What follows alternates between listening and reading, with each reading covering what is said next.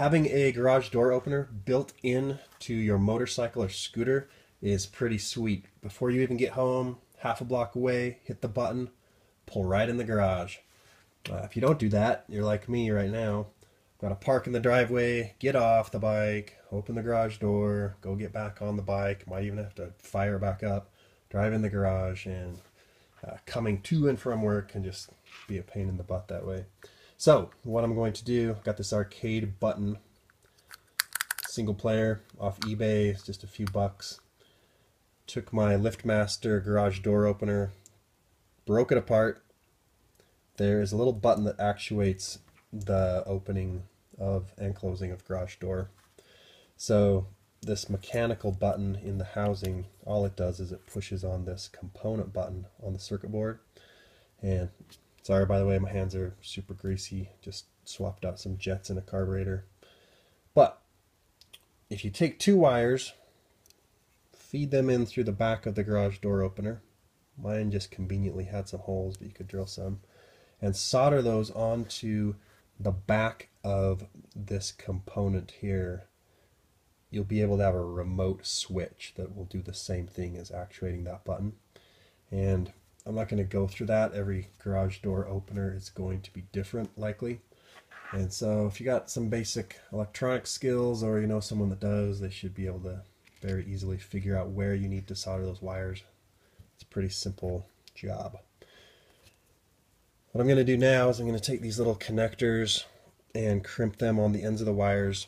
I've already used just trial and error to figure out which of these three tabs off of the bottom of the arcade button that I don't need. So in my case, it's the top one. So when I'm done, I'll just stick the wires connected to those bottom two, drill a hole opposite side of the ignition on a Honda Ruckus, right into the main plastic, and I'm going to have built-in garage door. Take it that far. You could do this on any scooter. Scooters are pretty conducive to it since there's a lot of plastic. On a motorcycle, I was originally going to put this on a CB750, but I was going to have to fabricate a metal bracket to house this, and I was just going to put it underneath the gas tank on the side so you kind of see it down by the petcock valve, where the gas comes out of the bottom of the tank. Then just reach down, left hand, hit that button, open the garage door. But it's going on the Ruckus now, so let's get that far. Okay, I've drawn a circle on the plastic housing with a pencil, and I figured out the exact diameter I needed for these threads to be able to slip through the hole, but not for this, but for this rim to still catch on the hole. So it's exactly 1 inch. Probably said that in the materials that came with the switch. Got my spade bit, and I'm just going to go for it. Drill a hole, mount up the button. You also want to look inside of the Ruckus and just make sure that wherever you are going to put the switch, it's going to fit underneath there.